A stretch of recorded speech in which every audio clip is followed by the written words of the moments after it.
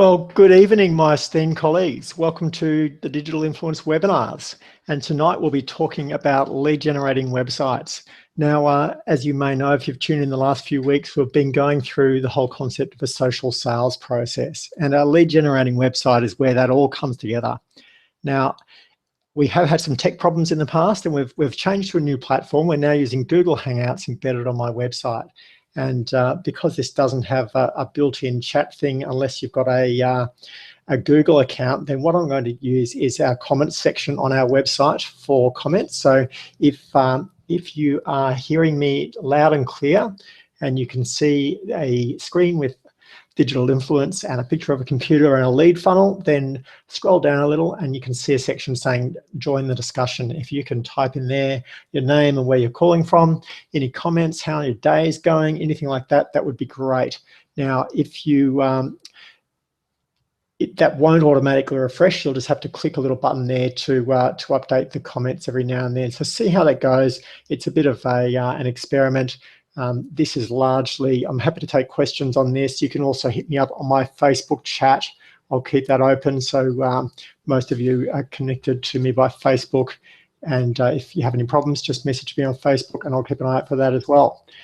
So yeah, tonight, this is a pretty densely packed webinar. The focus is about sort of bringing everything together that we've covered over the last few webinars and really condensing that into how to practically apply this when you're building your website. So densely packed training tonight. It's going to be pretty thick and fast. So hold on to your hats and we'll get stuck into it. So lead generating websites. How can you build a website that will attract clients and generate qualified leads? Obviously, most of us in our business, we want more customers, but we don't want lots of tire kickers. We don't want the phone ringing and people just asking us questions. We want people who are in our market, who are close to our ideal client, and ideally who are ready to buy. Another thing is we want them to be educated to the point where they're able to make a decision. We don't want to spend hours with them explaining why they shouldn't really buy from us because they're not a good match, for example. So that type of education is inevitable when you're selling more complex products, but the more you can automate that and put it into your sales and marketing rather than into your customer service, the more efficient your business is, the more customers you can get, and the better you stand out online as an expert. So I thought I'd start with different types of website, because obviously there's lead generating websites, there must be non-lead generating websites as well. And we'll just whiz through a few of these. These levels are a little bit arbitrary and they overlap, but I think you'll recognize these very nicely among the websites you've seen around. We're focusing on the businesses that offer sort of complex services or expensive products. This isn't really aimed at retail or like a travel business or something like that. My clients are mostly professional service firms or they're businesses that have a high value product, something relatively expensive. We do build some e-commerce sites and things as well, but by and large, the model today is geared toward if you have an expensive product or an expensive and complex service to sell. So the first type of the 7 types of website is the static or brochure style site. And until about 2000 or excuse me, just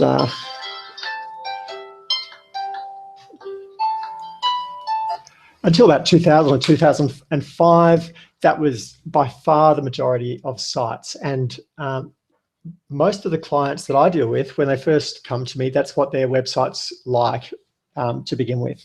It's basically it's like a business card on the web almost. It has a list of their offices, their locations, opening hours, maybe their staff, their services, and why you should choose them. So the website is really about them and generally not so much about the customer. Some of the more complex ones might have things like case studies, but actually they are sort of fitting into some of the other categories. But this is your pretty typical 5-page, 10-page business site that's really about saying, here we are, this is how you can find us, this is what we do, call us on this number.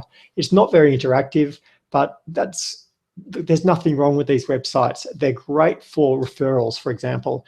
If you have a client who's very happy with your service and they say, oh, look, these guys are great, go and, you should use them, the person they're referring to will almost inevitably check you out online. And if they see a really nice brochure site, that's going to be more than enough to sort of seal the deal. So there's no problem with them per se, but we've got to recognise their limitations as well. Over the last 5 or 10 years, we've seen the birth of the Web 2.0 or social style site.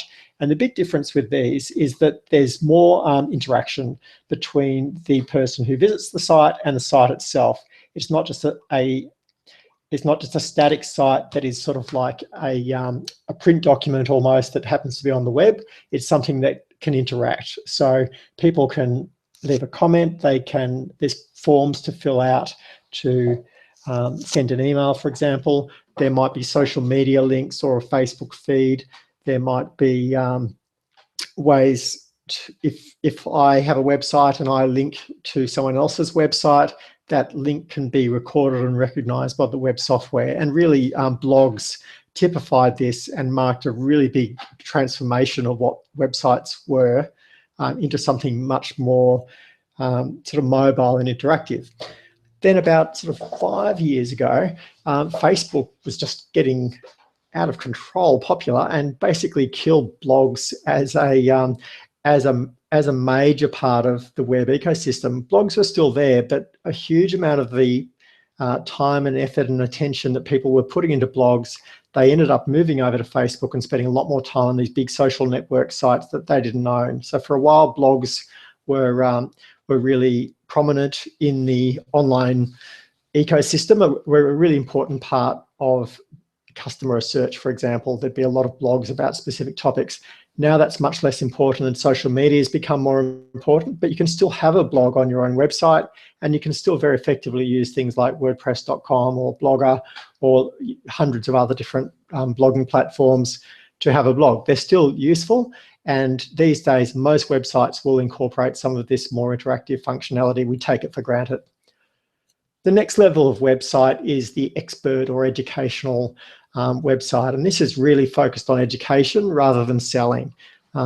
This is, when I first got into building websites, this is very much the path I went down. I ran a vet clinic, and we often had interesting cases coming in, which I would write up, some things that occurred in the tropics that we weren't seeing elsewhere. So it was a way to, record my experiences in a sort of blogging format, but also to write informative articles that people could then refer to. So things like tick paralysis or some of the different types of tropical parasites and things we get in cans. If people go online, there's actually not a lot of information because it's a fairly small population up here, and there's lots of interesting animals and diseases and things that they get here that they don't get elsewhere. So for me as a vet, that was a great outlet to both blog about my experiences, but also to provide an educational resource that meant if someone were to Google, cane toads or tick paralysis, there's a fair chance they'd find my information. And, they were easy topics because not many people were talking about them. But similarly, I wrote quite a lot on some of the more common types of orthopedic surgery, and I still rank very high on the first page for those as well. So, within your niche, if you become an online authority for something, it's very easy to stand out as an expert at what you do, and that nothing sort of sets a client interaction up better than going to the web to verify what you've told them and finding your article there rather than some expert overseas. Then, which leads us on to the next type of website, a lead generating website. And the focus of a lead generating website is to generate qualified leads. That means attract and engage people who could be your customers and then turn them, convert them into qualified prospective clients. So in that process, we want to confirm that they are a good match for us. That might be checking that they have a suitable budget or they have the right type of business that we want to work with. In my case, as a vet, you want to know if they have a pet and if they've got a pet that's ready to need some vet care. If they're just doing a university assignment or something, then they're not actually a client. That's not a lead, that's just an inquiry. So part of lead generation is not just attracting clients, but also qualifying them and checking that they're ready to be sold to. The next level is e-commerce, and this can take lots of different forms. For example, in the veterinary industry, we could sell products online. We could decide we're going to sell flea and tick products, or we're going to let people pay for their appointment in advance, or offer some sort of monthly total healthcare package. That's a nice way to sort of streamline your customer interactions, particularly if you've got a product that's an information product or something that you can mail, and reduce some of the human labor involved in doing things. So for a lot of, and in the veterinary industry, in my past industry, the online e-commerce for pet supplies is a massive industry and incredibly competitive. I actually looked at building a site with the aim of sort of making an online shop, and honestly, the pet stores sell them for almost less than we could buy products for, and of course they're not backing it up with customer service and expertise and being able to chat to people. So they've got a very tight profit margin. So quite often I find people come to me thinking, oh, look, I'm going to start a shop online, and I sell successfully from my bricks and mortar business, I should do that. Very often, if you look carefully, it's incredibly competitive. And, if you've got a successful offline business, then that doesn't necessarily qualify you for a successful online shop type business, unless you've got some special advantage that no one else can match. The next level, number 6, is the business portal site. So this is where your customers can log in and sort of do business with you in an improved or more streamlined way that they couldn't do without the web. So a little bit like e-commerce, except that often a business portal lets people do things they literally couldn't do at all before. And a great example might be a law firm or an accounting firm that has documents that need to be transferred between the client and the person. These days people are getting sick of sending faxes or driving around town or waiting for mail to come. They're sort of expecting to be able to do things online, but that needs to be secure. And often even email isn't secure enough. So you can create an online secure environment where you can collaborate, or you can share documents, or get things approved or signed off. And this is a way to sort of bring that more professional and confidential side of professional services into the online world, and that can be really successful. On the back of that, you can run a traditional professional services business, or you might create something like a virtual legal service, where rather than having offices and people coming into the office, everything's done online, and you're able to reduce your costs and streamline your processes by using forms to gather information that automatically get turned into a particular type of document that the lawyer approves and then sends off, all without anyone picking up a piece of paper. So for particular industries, a business portal is incredibly popular, and almost all businesses can utilize something like this in terms of using something like Xero for billing, where you've got a way where people can view your invoices online and pay online, and it's sort of the accounting and all the back end side of things gets taken care of, again, without an admin person having to sort through receipts or print them out or mail them out or wait for things to come in. So we're seeing a lot of software as a service products coming into the market that are offering a done for you sort of business portal that can be extremely effective and economical. And then finally, the last site I would call an authority site or a channel, and these can be a little bit fuzzy and hard to pin down. And it's very much what I'm trying to build with Digital Influence. The idea is to have a site that addresses almost all those points that come beforehand, but also become the go-to place on the web for a particular type of information. Now, when describing this to people, I usually give the example of something like Inc. magazine. Now, if you're into entrepreneurialism, you probably read Inc. magazine, and if you're into some other sport or professional activity, there's probably some online source that is the authoritative location that you go to for news, inspiration, resources there might be courses or training or industry news or accreditation mentioned there. And within any industry, there is an opportunity to become that site. And in many ways, it fills the gap that something like a professional association does within traditional professions. Now, in a lot of new, more rapidly evolving industries, there's no time for professional associations to develop, but there's a need for a bit of a peak body or a peak voice. And by offering a combination of reliable information, social interaction and community, some sort of business back end that lets it all work and stay in business, because creating and managing content is expensive. So often product sales or some sort of consulting service or membership can be a way to pay for that, and often value-added services to members or visitors. So the authority site that becomes a bit more of a platform to offer additional services that are really above and beyond what a normal business can offer is the next level. But of course, this webinar is all about the lead generation site. So it's pretty much smack in the middle of this, this process. And I really want you to think of it as being a combination of these first four things. So it needs to have this static brochure style site, which is all about branding and looking credible and being found and just having your name and phone number and all the basic stuff that people need when they go to your website. Then we expect it to have some social interaction. Something like a blog is very important because that's one of the best ways to generate organic search traffic.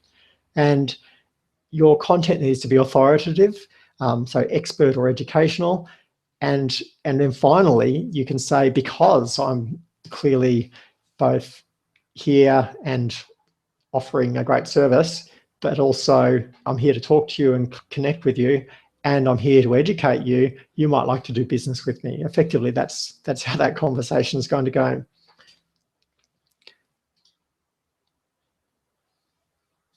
And this really comes down to the core message behind digital influence and also my main brand, Influential. And that is that in order to build your online brand, so to take your business, put it on the web and use the web to attract clients, what we want to do is be visible so we can get found. We want to be credible so we look like an expert and are known as one of the best at what we do. And we want to be remarkable so that we really stand out and we're memorable, because if we look a bit the same as everyone else, we'll just be forgotten. And our goals as business owners, we want to attract clients, we want to qualify them and turn them into sales leads. We want to build a list of people who we can communicate with who might not be ready to buy. Maybe they're not clients today, but they could be in our industry. They could be referral partners. We want to keep in contact with them. We don't want them to wander off our site and never come back. So we want to get their information while they're there. Then we want to follow up and continue the conversation. And we want to build a brand. So that relies on doing all those things well. Now, this is a very quick recap of this information. I've gone through this quite a few times for people who have attended a few of the webinars. This one will be super quick, I promise. I hope to bring out a different aspect to this each time. But how do you attract more ideal clients and convert them into buyers? Effectively, people are on one level, they're going about their business, they aren't your client. And in order for them to step up and become your client, there's a real journey that they've got to go through. First, they need to become aware of who you are and what you do. They need to know you. And then in order for them to proceed, they need to like you. They need to like what you represent or who you are or what you're going to do for them or what you've done for other people like them. And then they need to trust you. They need to believe that you're someone who can deliver what you promise, that you're going to be good to work with, and that you are an expert at what you do. Now, for more complex products and services, and professional services are a great example, there is a phase where people need to try you. And I know there's a few people in the audience tonight who have product-only businesses. So it sounds a lot like I'm focusing on the professional services, and this certainly is super relevant to the professions. But if you're in if you are in a product-based business, then in many ways your life is easier. All this can still apply. In many ways, we've got to we've got to tweak online marketing to make it more suitable to services because it's not an automatic match. But if you've got products, then often the techniques we're talking about, this sort of lead generation process, this is more how you'd connect with wholesalers or manufacturers or get bigger deals across. So you've still got to do lead generation. These methods probably won't apply directly to your retail. Some of them will, but not always. But some of this more complex stuff will be a really good match if you are doing sort of bigger deals, partnerships, looking for wholesale, manufacturing or distribution or stocking opportunities. So first they need to try you, and a great example would be if you do have a manufactured product, someone says, hey, look, I want 10,000 of these, can I get them on credit and pay you once we sell them, for example. And it might be that in your industry it does work that way, and that's quite risky. It would be much better for you to get to know them better and for them to try a small number and sell them first and pay you before you send a big order, for example. In the services, that try step is often an initial consultation or a free call or some sort of diagnostic process to qualify them as buyers. And then ultimately we want them to buy our full and remarkable product, our full price product, which generally will need to be in the sort of 4 to 5 figure range to make this quite personal marketing process work well. And I should say a lot of the methodologies I talk about here come from the B2B marketing industry or the enterprise marketing industry, where the deals and the products that they're talking about might be 5, 6 or 7 figures. So they've really put a lot of thought into how they communicate, how the messaging occurs, and the interaction with prospective clients can be quite detailed. Often there's multiple people involved in the sales process. Now, your business might be a bit simpler than that, but in the services, it does tend to involve first speaking to a receptionist and then perhaps visiting a general practitioner and then going to see the specialist and maybe someone else at the hospital. It's quite common that there are multiple touch points and they're very labor intensive. So I find this a very good match for my experience of selling professional services. So we'll whiz through the social sales process. Now, if you've ever seen a sales funnel, you probably recognize this. It's a sales funnel is just this idea that you want a lot of customers coming in the top. They're not all going to be a good match. You want to gradually move them through your sales process until the most qualified ones are there. They're the ones who are ready to buy, and then you sell to them. And a big part of this, the reason for having this sales process is that if you do have a separate sort of marketing team and then a sales team and then a delivery team, then the people doing the selling, they don't want to talk to anyone unless they're definitely ready to buy. So part of the idea of these levels is that you might have different people or different processes at each stage. So as we said, they need to know, like, and trust us. At each stage, we're going to get, those people are going to be experiencing different contact with us. And at the know stage, it's all about organic traffic from Google, search traffic, social media. Facebook ads is incredibly important. I'm going to run a webinar next week on Facebook ads. I'll probably do a number over the next couple of months because I've had terrific success with social ads. I'm finding it much easier than AdWords recently. And the potential to target very, very carefully is great. And it's also it's fairly easy to use. Most people have a Facebook account and can get their hands on Facebook ads pretty easily and spend $5 or $10 a day sort of figuring out what works for their business. So once they know us and they like us, they're going to start to interact with us. And that's really where our email marketing, our live events, social media, and our interactive site kicks in. Once they trust us, then this is where they're going to be sharing our reading and sharing our educational resources, downloads like ebooks, white papers, email courses, etc. Then when they're ready to try, that might be when we offer extra value, such as a free call. We might sell them something or upsell them if they've already bought a product or service. Perhaps we've got an email course explaining, the 5 things that they need to do to get ready to work with us. Or there might be an initial consultation where we plan out the rest of the engagement. And the goal is to move toward our full price product, which at that point we actually start the delivery process where we're working with the client one-on-one and offering our service, and complete the sale and the transaction side of things as well. And the output of all this is value to the customer, and we try and capture value through our fees. So the output is both revenue, but also relationships. And relationships are really about interactions over time. And so having all these steps in here kind of seems like a long-winded way to sell something, but partly until that relationship's there, it's very hard to effectively deliver a lot of these more complex products.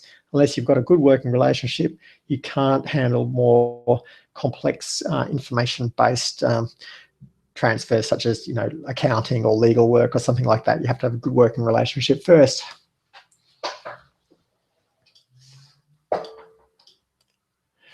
So this might be simplified a bit to aid understanding. And Forrester recently said it looks a bit more like this actually. And as anyone who's tried to build their own online marketing funnel has found, it's confusing enough already. So it really helps to start with a simple version, and over time you will need to make it more complex.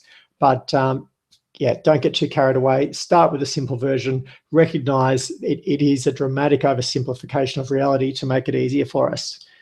Now, the thing is, that's the process people go through. That's how they go through our finished marketing funnel. When we want to build our lead generating website, though, we've sort of got to build it upside down. We have to build a strong foundation where people can get to know us, like us. The liking phase is about communication. So that's really our CRMs, social media, autoresponders, email marketing. That's really what stitches this whole process together.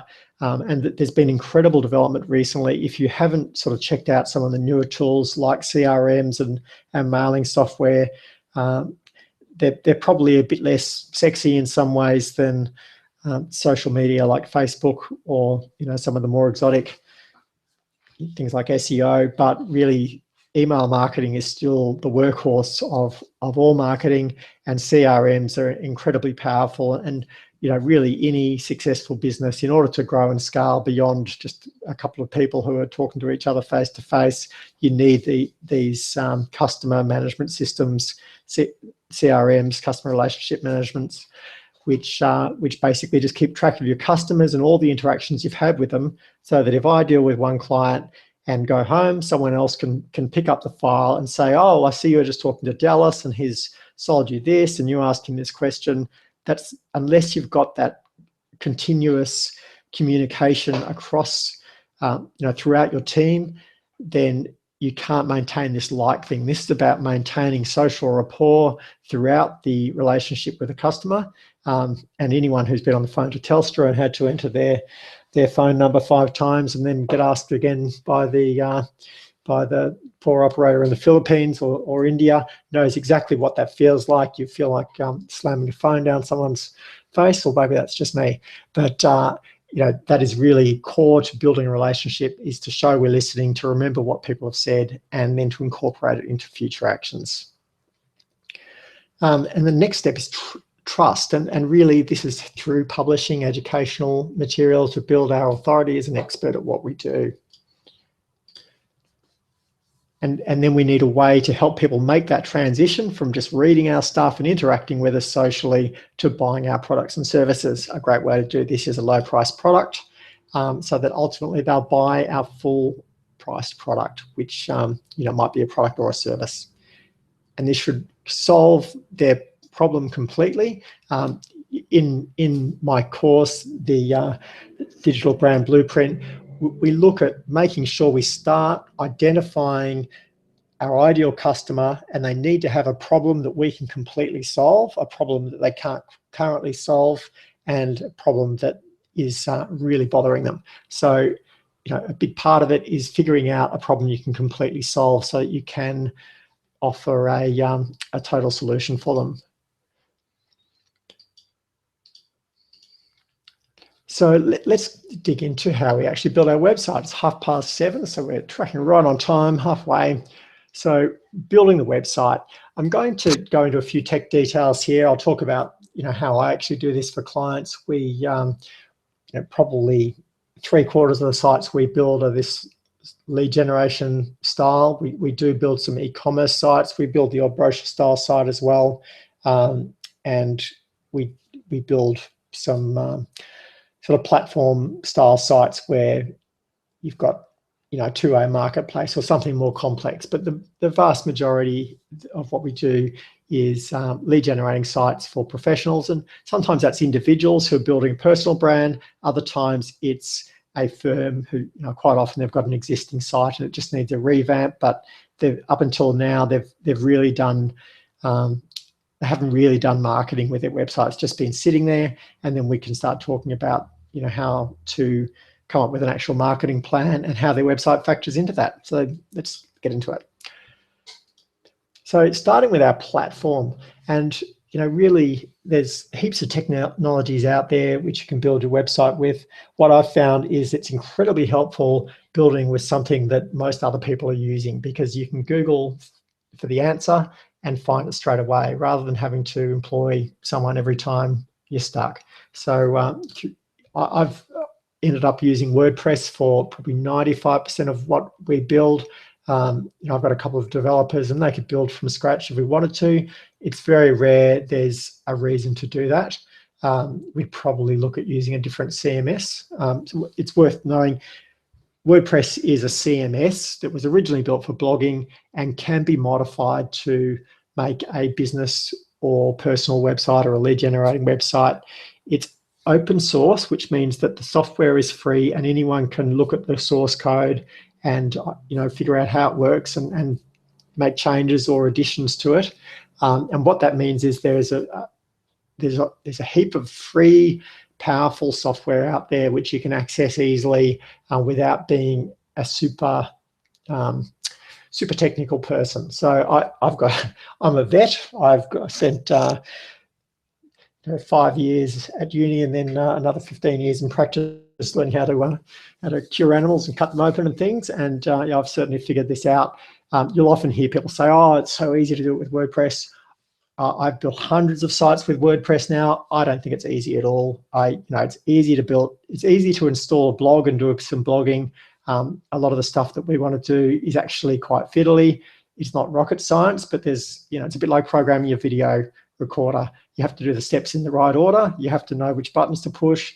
And if you don't, you can waste an awful lot of time. So it's accessible and doable by most people. Doesn't mean it's kind of going to be a 5-minute walk in the park job. But be aware that the vast majority of products and services in this space are sold on the premise that it will be super easy. You'll be up and running in 5 minutes. And my experience is it's usually a weekend, not a moment to get this stuff done.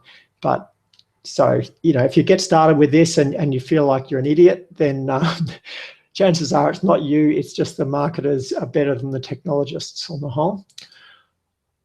Okay, so we're talking about WordPress, and there's really 3 aspects to WordPress to consider in getting it from being how it comes out of the box to how it will work to produce the website that you want. They are themes, and that's kind of the design of the website, and that you can buy these or get free ones that you install on your WordPress site, and they make your site look really nice. And you can almost think of it as, if you think of a brochure or a book or something, it's got a certain look and feel. The theme gives you that look and feel, and that's great in that that's a super fast way to get a really nice design that otherwise you would pay thousands of dollars for. And one way to get a theme is to get a custom design theme where someone goes through and hand codes you a new theme specifically for your business. Chances are it won't be tons nicer than the themes you can buy for $50 or $100 or for free. but it will match your business. And the downside to themes is that very often your theme looks great, but it doesn't match your logo, it doesn't match your office building, it doesn't match your brochures. So that's a little bit of a challenge that we sort of need to deal with as we start thinking about branding, is that the theme might be great, but it should match what you've got. So I tend to go for themes that are very very simple and that it's sort of minimalist, and then we can add to them so that we can tie them in with our own branding rather than something where everything's done for you. The next step is plugins, and they add extra functionality. So you've probably seen things like Twitter feeds, or Facebook like buttons, or perhaps a slideshow on a website, or something where you can click on a button and it brings up a list of pictures, and you click on one of those and you go to a page. Most of the time that's controlled through plugins, and plugins are little bits of software that fit onto your WordPress site that let your website do extra things. And you can have a handful of these or dozens of them. I'll go into those in more detail. And then finally, in order to take WordPress as it comes and as it was built for blogging and set it up to build a business website, there's lots of little changes we need to make to how it's configured. And I've done this probably 100 times now, and it still takes me an hour or so to get it how I want. Very often I'll just start with something I know that's already set up that way.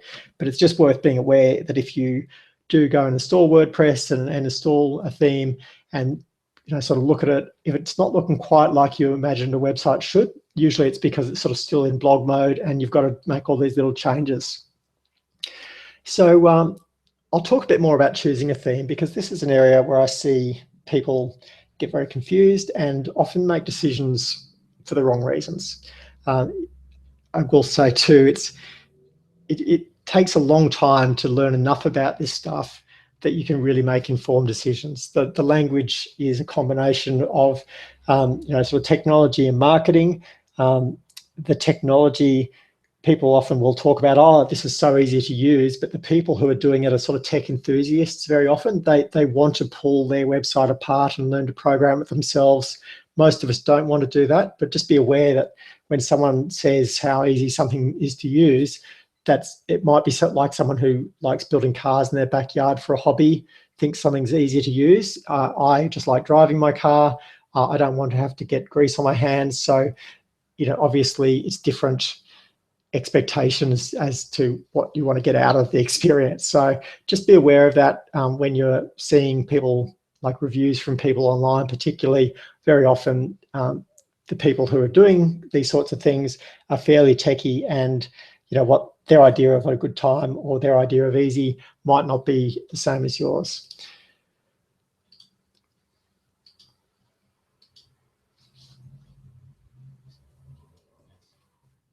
Okay, so choosing a theme. I've just put in a big selection of themes there. I'm going to make some general comments here, and I'll mention a theme that I've been using recently. I'm always a little bit reluctant to recommend specific solutions to people, because what's a great theme for me to use might be completely unsuitable for someone else with a different goal or a different level of technical experience. So generally, some of the easiest themes to use are very simple and then end up very limiting. They don't let you change much, but that's good because you don't know what you're doing, so you don't want to change much or you'll probably break it. Whereas as you get more competent, you can change lots of things and get it looking exactly how you want, but that relies on you first having the expertise and also the time to do that and the inclination. But it often means that just every time you change something, there's 5 other things you need to change it, and it can become incredibly time consuming. So, the kind of themes, when I started building websites, I'd sort of build them in a few hours. And now, it often takes me a few weeks or more to really get one good. And so, for example, this digital influence site I've been working on for a couple of years, and there's still some significant issues with. So as things get more complex, as they get more customizable, that sounds great, but in practice, very often, that's actually counterproductive.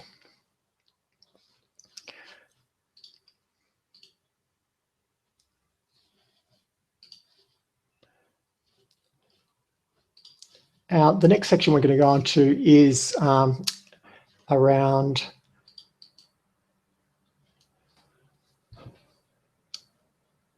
responsive web design.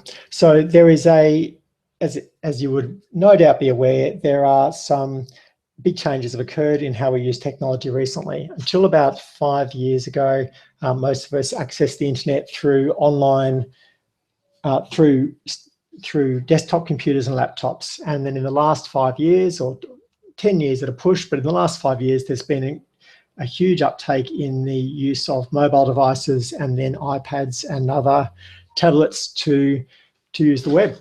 And what that's meant is that the way we use the internet has changed, and that we're as likely to be pulling out our phone and wanting to see a website as we are to see it on a computer.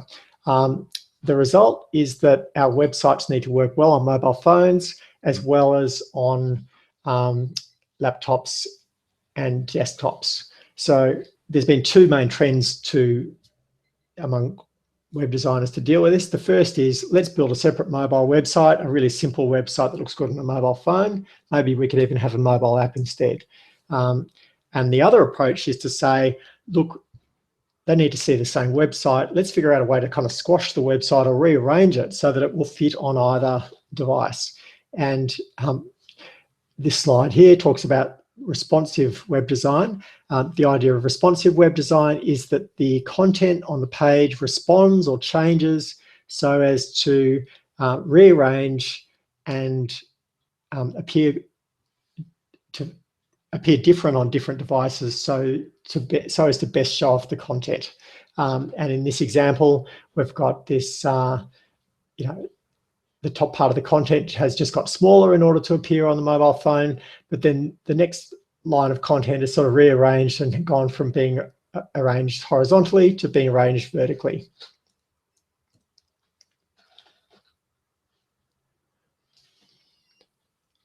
Now, in terms of specific themes, I'll just mention what I've been using recently.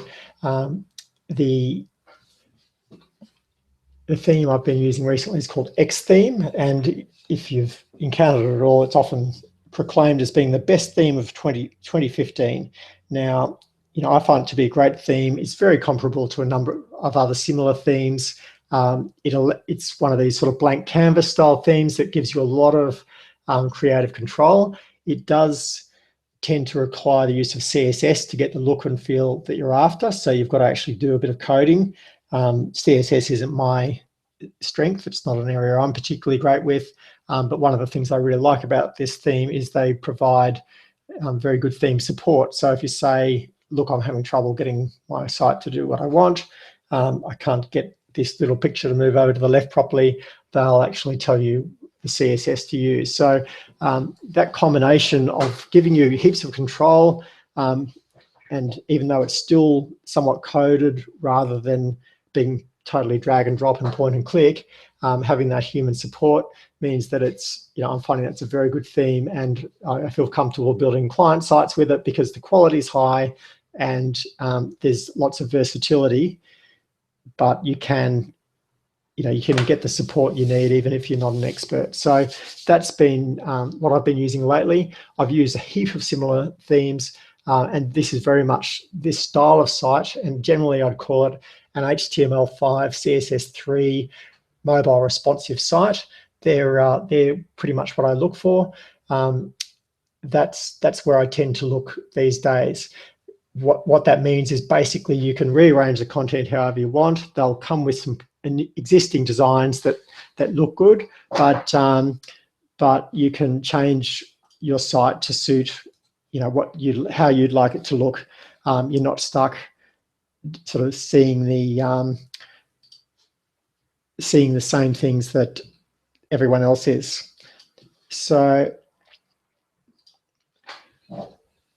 yeah, that's the theme I've been using lately. It does have some terrific marketing functionality as well, and that's really important for what we're focusing on today, which is building a lead generating website.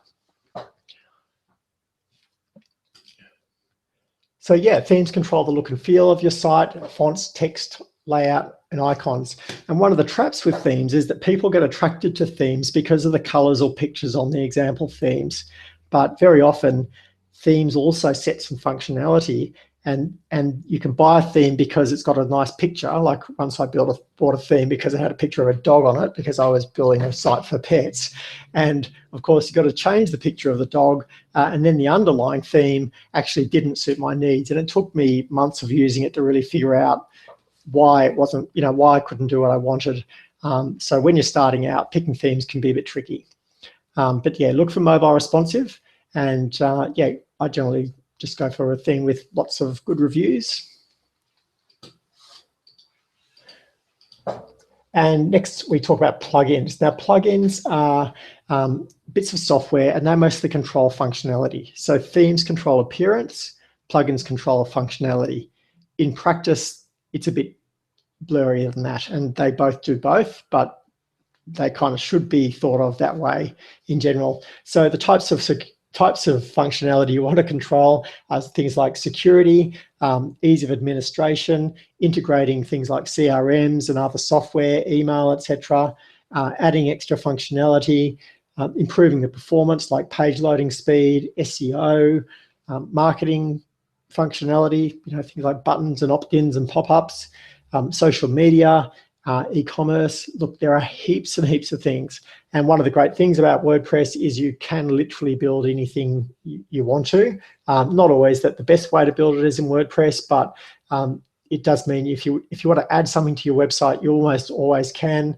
That often means getting a developer if it's quite customized, but nonetheless, it's great to be able to work with an existing site and improve it rather than having to build from scratch each time. So these are the standard plugins that I'd use on pretty much every site. I'll just whiz through them because it's pretty dry and boring, but and I'll give these slides to anyone who's interested because this is really useful. So security is incredibly important with your website. You don't want to get hacked. I use WordFence. You need something to back your website up because if it does get hacked or you make a mistake, you need it back. I use Duplicator.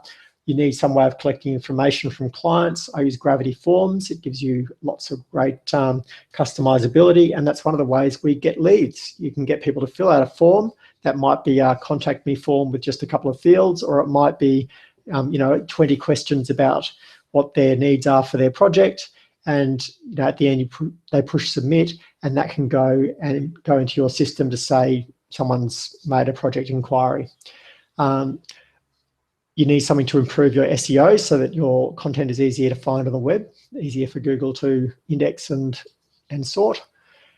You need to integrate with your CRM. So when we're building a lead generating site, we basically want people to go to be attracted to our website, fill out a form, or take some other action that lets us get their information, and then we want to add it to a database somewhere. And generally that will be a third-party CRM. I'll go into those later. But we need to integrate that with our website. We need it to talk to our website. Moving up to the top of the right-hand column, you need some sort of analytics. You need to know how many visitors you're getting, where they're coming from, what they're doing on your website. The next one is caching or caching. So you want your website to load really fast, and particularly as you start adding more content or more functionality, it's going to slow down. There's ways to improve that with caching software like W3 Total Cache.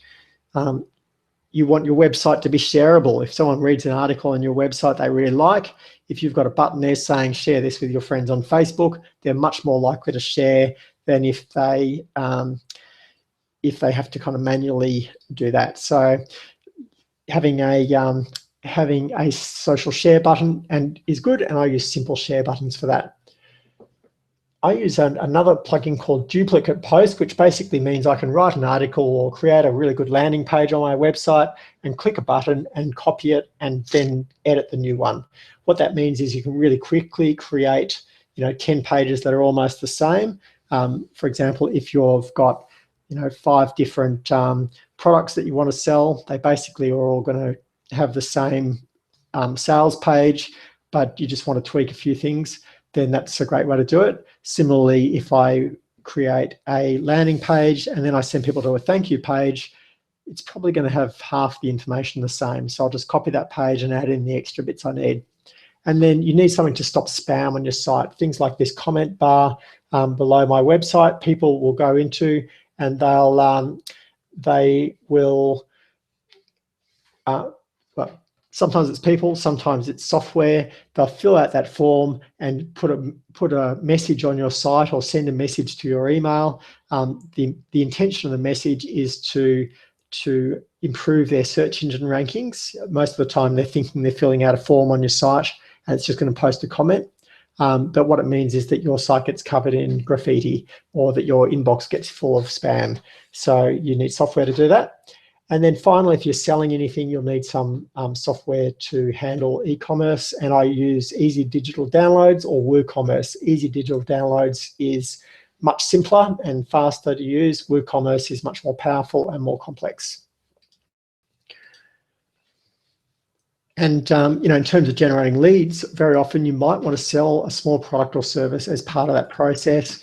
And so you need software in order to do that. Plugins and themes aren't enough though. We generally need to customize and configure our site. So there's lots of things that come standard in WordPress that you don't want on your website. WordPress is really built to be part of the WordPress blogging community. That's not your goal here. So you want to chuck away a heap of standard stuff.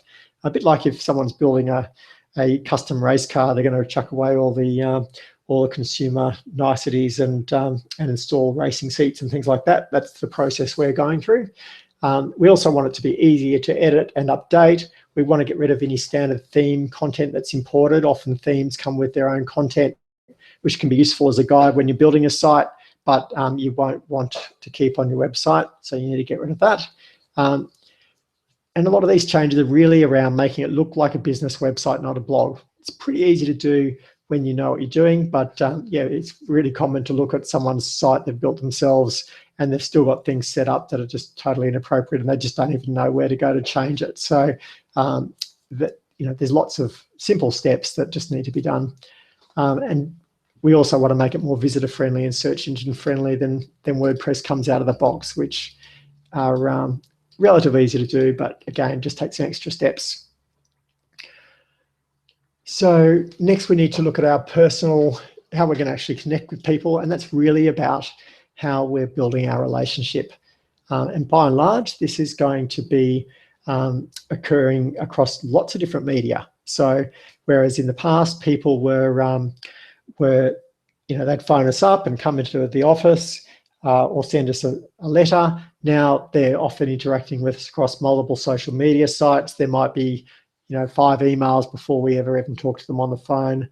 Perhaps they're filling out a form on our site, and perhaps they are downloading ebooks and other content from our site, or sharing things on Google Drive or Dropbox. There's just so many more ways that we interact with our clients now than what we used to, and getting them all working in a cohesive way is really important.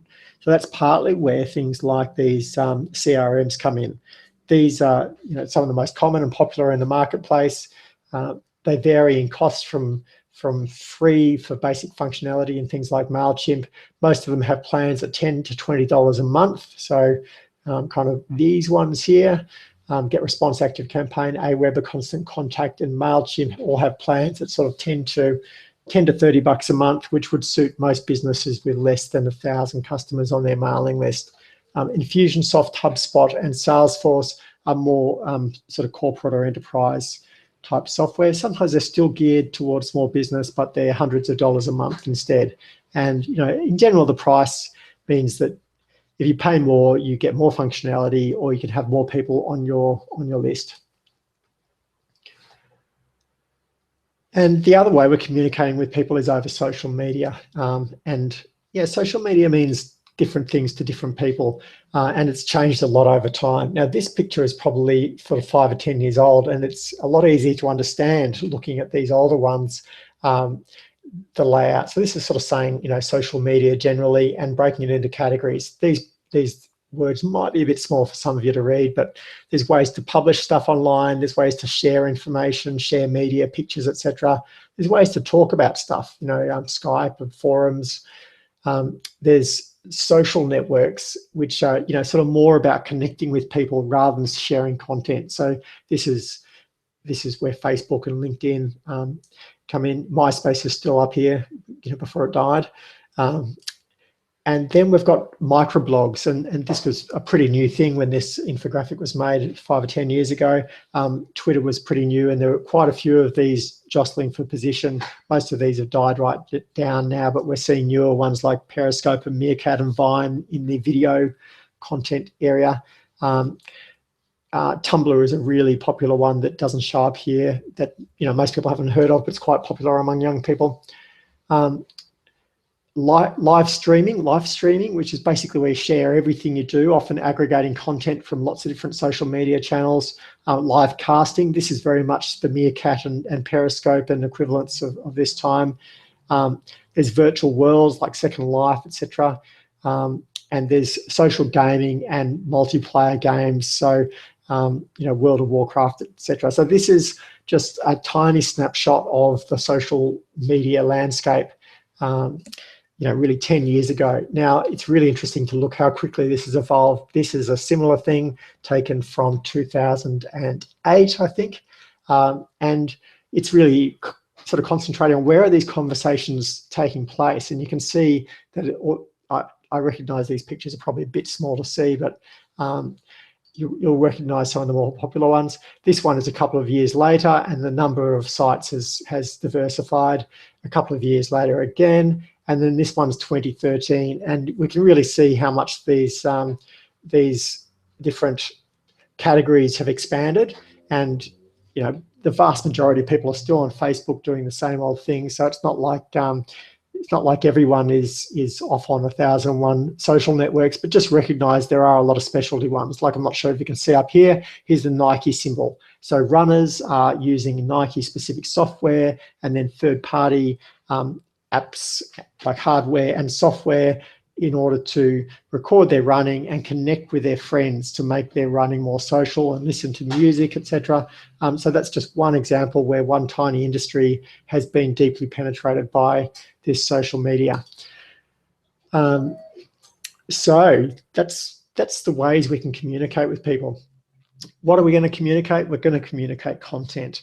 And in order to have content to communicate, we either need to create our own, which is publishing, or we need to gather and share other people's, which is called content curation.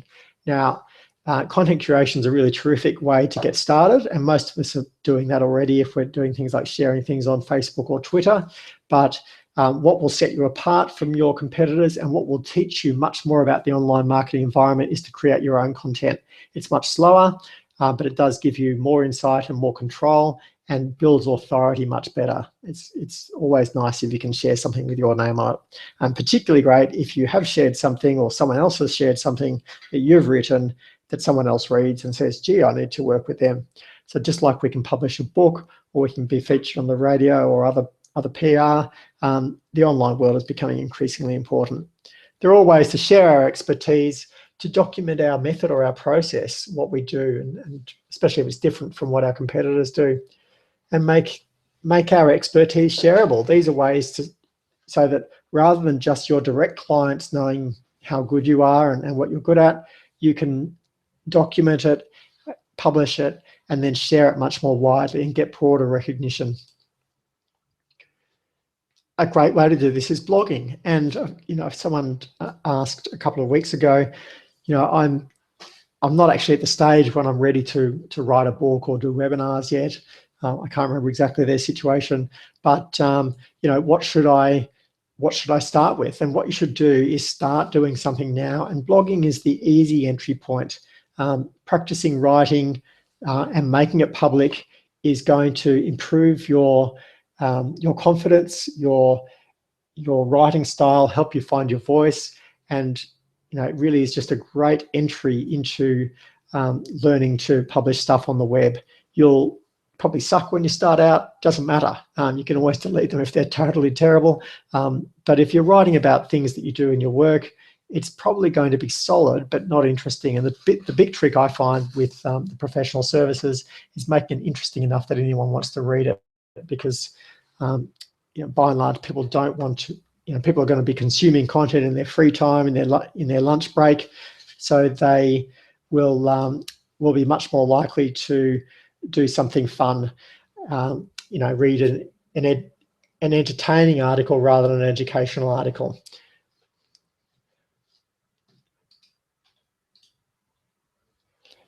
And there's lots of different formats that this media can take. So blogging, I think is a great way to get started, because most of us know how to type, and I think blogging is also a really easy way to start working toward writing your book, or writing an ebook or a longer article. It's a great way to kind of get your feet wet with the online publishing thing.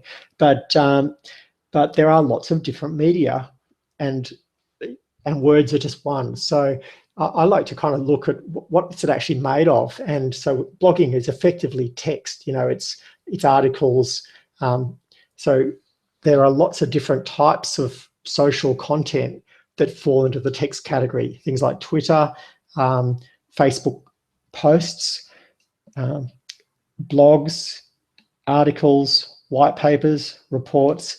They're all basically text content. Then we've got a whole other category of video. So that might include you talking to a camera, a presentation like I'm doing now where I'm not visible, I'm talking to a slideshow. That could also be saved as a slide share. And you can do more complex sort of TV style videos that combine different things that has a higher production cost and takes more time to produce, but can look super slick and is actually pretty affordable. If I were to record this as a presentation and also do a stand-up one, I could get them spliced together probably for a few $100s or less than $1,000 to produce a pretty solid looking video that, if I put out there, would be quite impressive and position me as an authority in this position. It is really powerful having your face show up on TV. Where I said in previous webinars, we've all grown up in this educational system where the teacher stands at the front of the room and writes on the blackboard. We all open the books and we have to learn what's in the book. And at the end of the year, we do a test. And if we get the answers right, then we're kind of a good boy or girl. That's how we've been conditioned. The other thing we did was watch famous people on TV. So the minute you're on TV, even if it's just YouTube, you acquire a celebrity-like status. And that's something we can leverage, and it's part of building our authority, which is the whole point of this publishing thing, as well as the educational component. Moving on from video, we've got audio, and podcasts are the obvious example, but there's other ways to record audio and use audio. You can have music and sound effects on your website. Most of the time that's a bit tacky, but podcasts are huge, and I'm getting more interested in that myself. Ronsley and KPI has the Bon Appetit podcast and is a real expert, so I encourage you to check Ronsley out. And recently I've been on Tracy Sheen's podcast. She's interviewed me and I'm in a few episodes. There was a great experience, and again, she's producing a very high quality podcast. It's a very produced podcast, a little bit like the TV style video I mentioned you could do earlier. And then finally, you might not write an article, you might actually create something people can use. Maybe you've got a spreadsheet that you use every day in your business, or that you give to clients before they come to you to do your tax. Getting them to, creating a spreadsheet that's truly useful that people will then go and use, and that sets them up to, kind of come to you as a client, is a really powerful way to both demonstrate your expertise, but also to act as a lead generating piece of media. Because our goal here is to attract clients. We want to have something that will draw them in, and at first that will be something that we're sort of promoting, but then they need to get something, and it needs to be useful. So there's some of the media types we can use. There are all sort of ways to tell our story, but also to turn our expertise into easily consumable packages or products. So that lets us package and price smaller services, especially if we've got quite a complex business where it might be, our typical client might come in and spend $2,000 or $5,000 or $10,000 with us. It can be hard for them to take that step of actually starting working with us. So having these smaller packages can be a great way to do it. And also what it can do is monetize your sales and marketing. One of the big challenges for people trying to get more clients is that they run out of the marketing budget. One way to overcome that is to build in some sort of value capture into your marketing process, so that people, might download a free gift and then pay for a small product. And if you can get enough people to do that, you might actually pay for your advertising costs. What that means is you can actually scale your marketing indefinitely. So most of us probably are working, have an existing high value product or service that we charge thousands of dollars for, or we're working toward having one, and we'd love to sell, 10 or 20 or 100 of those, but it seems almost impossible to get enough people. By getting a lead generating process in place and using a scalable source of traffic like Facebook ads, and being able to make your marketing at least cost neutral or even cash flow positive, then it means you can scale up very easily. Whereas otherwise you can burn through an incredible amount of money trying to sell your core product, and you can't even really figure out what's going wrong. Great if you can at least pay for your ads. So yeah, part of in that step, we're really wanting to both communicate through our expert articles and things, but also start to tell a story and give a customer an experience in working with us. Then our final step is really selling our product or service online. And if you do have a service, then often you'll want to turn that into some sort of package to make it more defined, because it's it is definitely harder to sell things online, and the more clearly defined and tangible the product or service is, the easier it will be. The more people feel like they know exactly what they're going to get, the more willing they will be to buy it online. Whereas if it's something very service-based, it's very different from person to person. And things like business coaching or legal services might fall into that category. We actually feel safer going into an office, sort of knowing they'll be there next week with these more complex purchases. So the more you can make it look tangible and more productized, the easier it will be to attract clients online.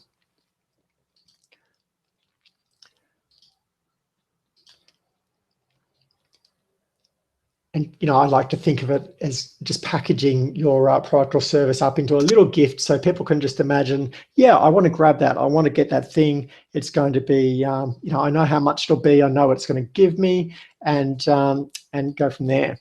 So let's look at how we're going to put it all together. So it's 8:10 now. Generally, I try and go do these for an hour, but I'm happy to run over. We're almost at the end for those people who are hanging out for dinner or need to move on with their evening. This will be recorded too, so if you've missed any, don't fret. Okay, and look, the key thing with this whole process is we need inbound traffic. We need a source of traffic, and that means people who we can target, who we know will be likely customers for our product or service. So there's three sort of really big obvious ones that I want to talk about. The first one is email driven traffic. So this might be email that we've sent, it might be email sent by our partners. Perhaps we get featured on something like the Startup Smart mail outs. Email is really powerful because it goes straight to the person. Lots of people open it, between 10, 20, 30%. And you can control the message very clearly, particularly if it's yours. And it's free to use. So email has a lot of benefits. And although, social media and SEO and things like that are kind of sexy and fancy sounding, both internet marketers and traditional businesses, really the bulk of their business is driven, or at least closed via email. So if I were to have my time again with my online marketing, I would have got stuck into both email marketing and video much earlier on, and both of them I kind of knew I should be doing but avoided. So email is incredibly important. The next one is organic traffic and search traffic. So organic traffic just means people that come to your website that are are coming naturally from somewhere else rather than clicking an ad. So it's free traffic from the web, and most of it tends to be from search engines, but it can be from other people who go to other websites and then see a link to your website and come there. But for our purposes, SEO and search traffic is really important. And then finally, social media is just growing in importance. Facebook is the big one there. There are lots of other players, but Facebook is still a good one to talk about. Very easy to advertise on. Every man and his dog's on there. You can find most people. LinkedIn's very important if you're in B2B and also for professionals. A lot of the same rules apply. I find it much harder to advertise on. I find their blogging platform excellent. So I find it's good for organic social traffic, but not so good for advertising.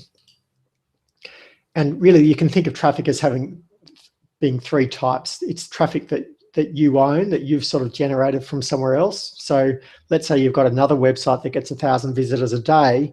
You can put up something on the front page of that website or in the sidebar to send them to your business, and that's traffic you kind of own. The next type, and similarly, your email marketing, you can own that email. That can be an email list that you're mailing to. The next one is earned. So that's where someone might, you might write an article and it gets featured in a magazine or in an email mail out, or it gets shared on social media. So you've sort of earned the reach that you get from that traffic. And that can, again, occur through any of these things. It might be via email. It might be that you've got hundreds of links to an awesome article you've written, and as a result, you're ranking really high on Google. Or it might be that you've shared something on Facebook, or a client, you've done something awesome in your business, a client's taken a photo and said, oh, I love these guys, shared it on Facebook, it's gone viral or been shared with some people, and you've got direct business from it. So that's earned traffic. And then finally, we've got paid traffic, and that's where you're paying. So there's ways you can pay to get featured in an email. That might be payment in kind, where you email your list, I email my list about you, you email your list about me. So that sort of partnership, or you can literally pay to be featured, or you can just go to the effort to get into some of these things. You can pay for ads on things like search engines. So Google search is a really big one, and Facebook ads is becoming more and more powerful by the day. There's also LinkedIn ads, Twitter ads. A lot of the social networks are looking at ads for monetization. There are also third-party advertising platforms which let you advertise often on Google and Facebook, and on banners in websites and lots of things like that. So as I said, I will be doing a webinar on Facebook ads. To me, that's the most accessible type of advertising for most small business owners or professionals or sort of independent coaches or consultants. And yeah, quite fun, very affordable. You only have to sort of spend $5 or $10 a day to see whether you're doing things right, and then you can build on it from there. So inbound traffic is really the lifeblood. And look, this is pretty, we've gone through this, and because we're running over time, I won't sort of dig into this anymore for now. But look, that really brings us to the end of this webinar. And when I started working on this, I intended it to be much more hands-on and nuts and bolts. But I think this is a great overview. And I think what we'll do is, over the next few weeks, go through this process, with a really step-by-step, hands-on. This is how you figure out what you need to put in your Facebook ad, how you set it up, and how that fits into your overall flow. So during the week, I'll send out a, what our kind of blueprint is going to be for this, for our marketing, and then we'll start looking at some Facebook ads, because yeah, I think that's a really exciting way for people to get started with generating traffic. Because for most of us in our business, if we can find a way to sort of turn on a tap of customers where you can figure out, look, I can get 5 people who are, the right kind of client to my website or onto a webinar in a week, what if I could double that? What if I could 10 times that? And that's really what Facebook ads and other types of paid ads do. I've spent most of my online career really focusing on online search, SEO, and organic traffic. And I'll tell you, it is a tough gig. Much better to sort of combine the best thinking of that with using paid search in a really smart way, because that lets you scale your business on demand, much more attractive to investors or partners, because you know you can get that extra business. So let's convene here for now, and then we will we'll get into the first stages of actually attracting those clients into our lead funnel next week. So thanks again for everyone. Thanks to Rebecca for the lovely comment, and look forward to seeing you all next Thursday at 7 p.m. So there's been a few stuff ups with emails to this one, but I'll make sure everything's running smoothly, and see you all next week. Thanks again.